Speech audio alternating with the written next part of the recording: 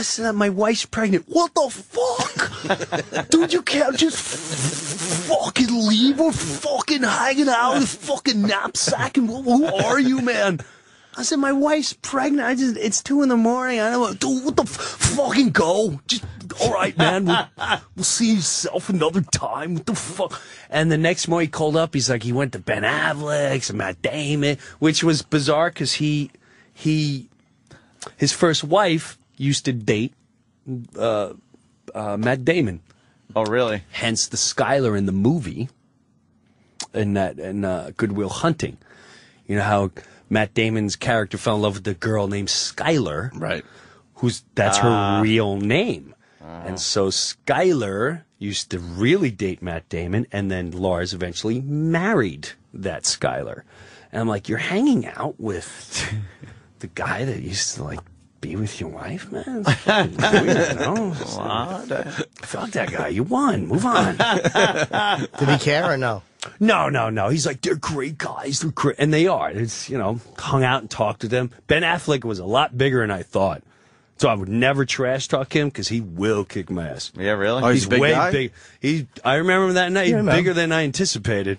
I'm like, I would never say anything about this guy. Right. And they're like Boston. Like I wouldn't play around. They got Boston in their souls, Yeah, right? and they were very, very cool. But yeah, that was my big night hanging out with. And I had other nights with him, but never. I was going to ask you if he ever called you again after that experience. Never really called for years after that. Years until I played. Fuck that. Until I played San Francisco and he came. We went to the house and hung out. You were a pussy. I was a pussy. You pussied out. I pussied out. You couldn't keep up with him. I pussied You out. should have walked down the parked cars. You should have fucking booted that knapsack right from the start. Punch a few cabbies in the face. Yeah, like everything. Something. It's so out of I He was looking for something. I from couldn't you. go there. You were friends with him before Hetfield, though, right? Yes. Definitely. You're better Lars was friends with Hetfield, though, right? Yeah, he's more my level, more my speed. Yeah. Dogs, cats, family. Yeah. You know, at the end of the night, he's More just stuff to sitting relate to. down, like, I'm gonna go play with the dog. Yeah, me too. I'll stick around. You know, Play with the dog. Yeah. you watch Simpsons? Yeah, I watch Simpsons. You watch Simpsons? Yeah, so now I watch Simpsons. You know, Right, just easy stuff. right. I'm not gonna be walking into clubs at 4 in the morning. Dude, what the fuck, huh? Doing shots Fucking and yelling at people that knapsack. want cigarettes. That's awesome. You introduced me to those guys in '97 because they date every autograph they sign. They put their first name in the date. Lars 97, James 97. Was it Garden? SNL. Oh, they were doing, wow. they did, You and Florentine. Was it Florentine there, too? I think so. or- They did Fuel and Memory Remains. Wow. We got to watch them warm up. They had to time it in between commercials. Right. So they did like 8 times each song. Yes. And Marianne Faithfull came, and they fucking, Hetfield hated her. I remember that. Wait, well, this is funny because eventually we go to Lars's house, and Lars is very cool. Like, as a guy, most phenomenal guy ever. So we go in his basement, and James comes over, and Lars like, dude, it's fucking huge. James is here. He never comes to hang out.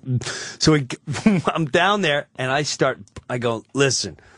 And I'm comfortable enough. I guess I've had some cocktails. So I'm like, dude, what's up with the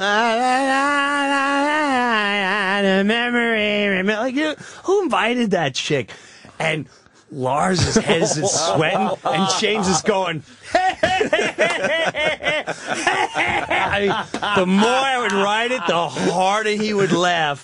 And then I realized, like, oh, I guess that was Lars' And Lloyd's like, idea. dude, she used to date one of the guys from the Stones. I'm like, yeah, exactly. Yeah, Marianne Faithfull. Mick whatever Jagger it was fucking her. Yeah, who cares? Who cares? Did she fucking? I hate that. I liked that at the end of Memory Remains. I liked it. I really. Stinks. No, it's good. It's good. It stinks. Not my favorite. She's lovely. She did a lovely. hated that. She did a lovely version of As Tears Go By. Please. She's a lovely lady. I liked that at the end of the song. It was just weird. She just wrecked it. Wait, was Lars kind of what's the word? Deferential to the Stones? Yes. It was very. He's That is so fucking funny, he's geniusly tapped into me. Like music is an art to him. Would he have acted that old same picture. crazy way? I think if he's walking around with Charlie Watts. What do you think? You would have been a little mellower.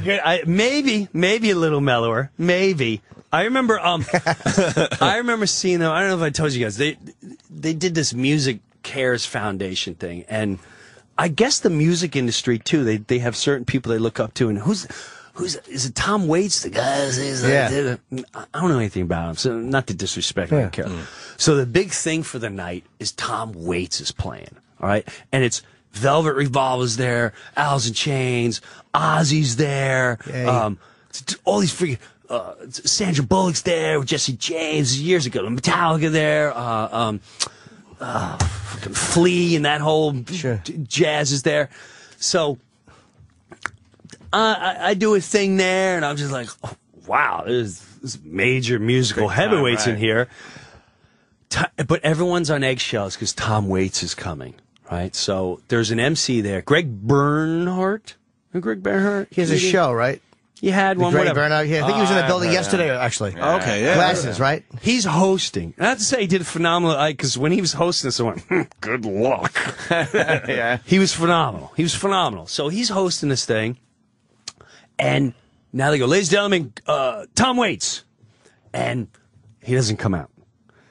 And Tom Waits is coming now. Supposedly Tom Waits had to get a certain piano, and they got the piano. He didn't like the way it looked, so they had to ship another piano. And if there's alcohol served, he's not entering the bill. Whole big thing. Holy shit! With Tom Waits, what an asshole. So everyone's afraid to say it. Now it's been like 5 awkward minutes, and people are not talking. And Greg Bernhardt comes out. He's like, I swear he's going to be out of. Who breaks the tension? Ozzy. Ozzy goes, well, come on, Tom. We ain't got a fucking night.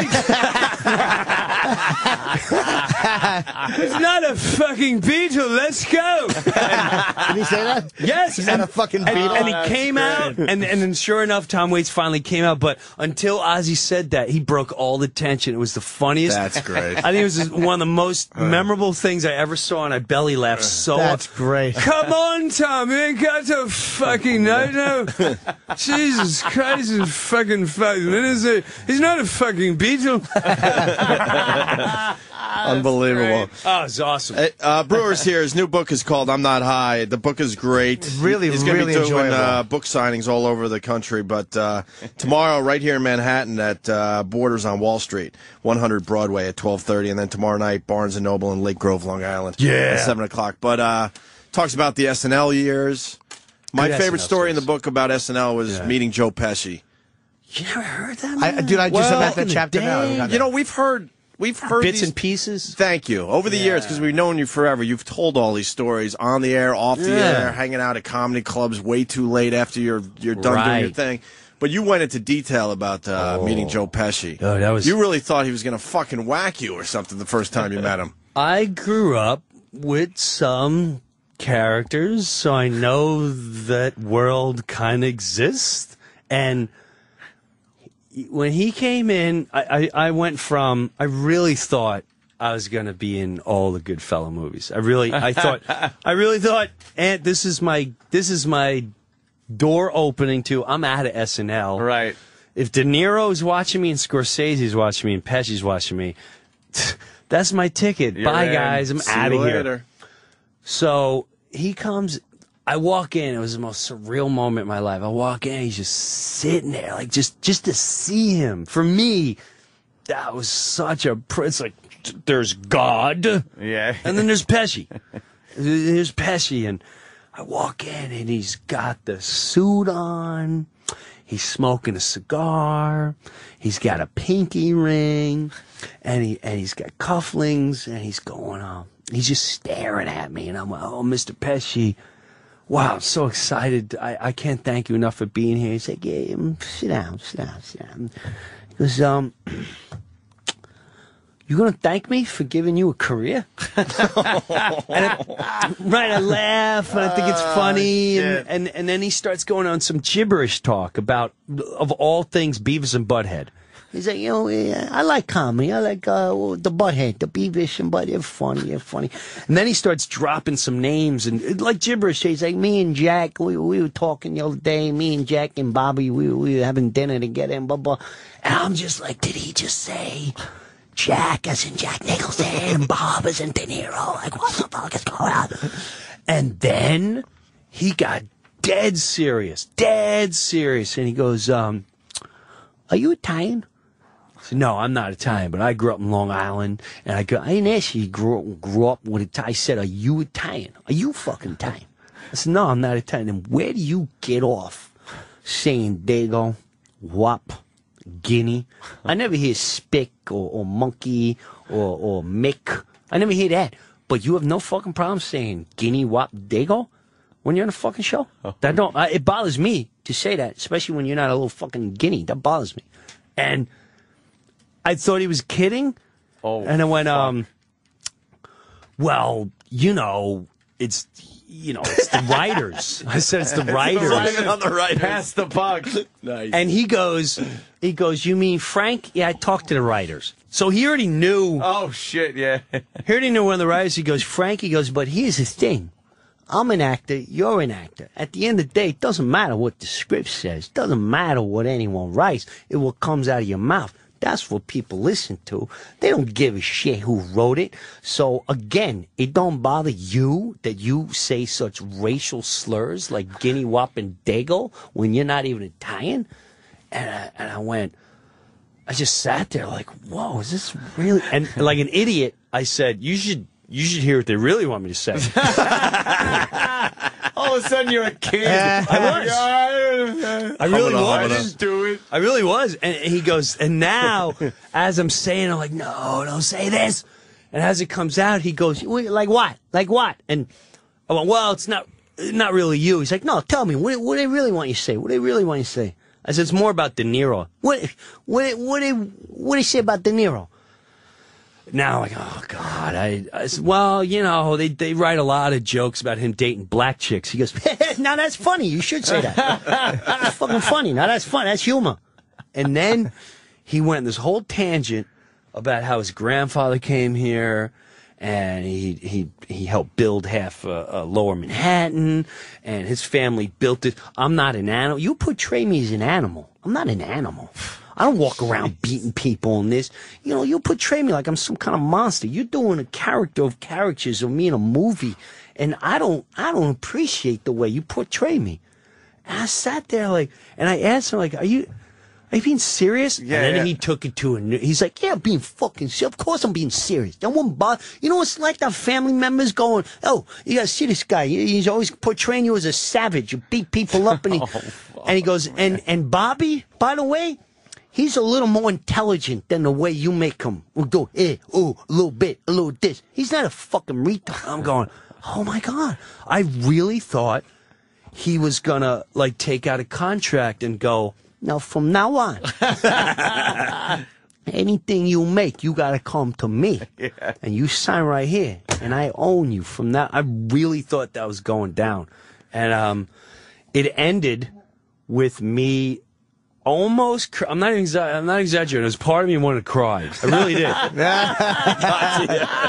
That would have been fucking hysterical. Did you explain this is happening on the SNL set, basically? This wasn't like in a bar. No, this is in a green room. Yeah, Breuer's getting ready to go on SNL and perform. Yeah. This is a green room. This is the last thing you want to deal with before you go out there. And he says, I said to him, listen, I never meant to offend you. And again, he goes, you never meant to offend me, then you shouldn't say these fucking words. And he goes off again. I said, please just hear me out. I go, if you listen to sketch, I listen to sketch. It's why I'm here. I said, well, I never call an Italian a name.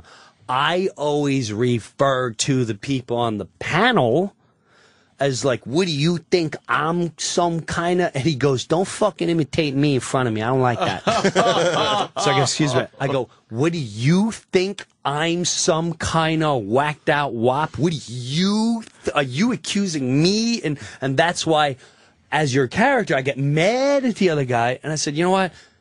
I will never do the sketch again. I watched Goodfellas. I thought it was the greatest movie I've ever seen in my life. I watched Easy Money. And all the movies you were in, you're just my favorite actor. I used to imitate you as a child. And that's how I got the sketch. I was imitating you. And they said, we need to write this as a sketch. And I never, ever intend on... I said, forget it. Forget the sketch. I'll never do it again. He went, oh, you do it again because we're going to fucking do it. I'm busting your chops. The fuck? I'm busting your chops. Why you getting all hopped up?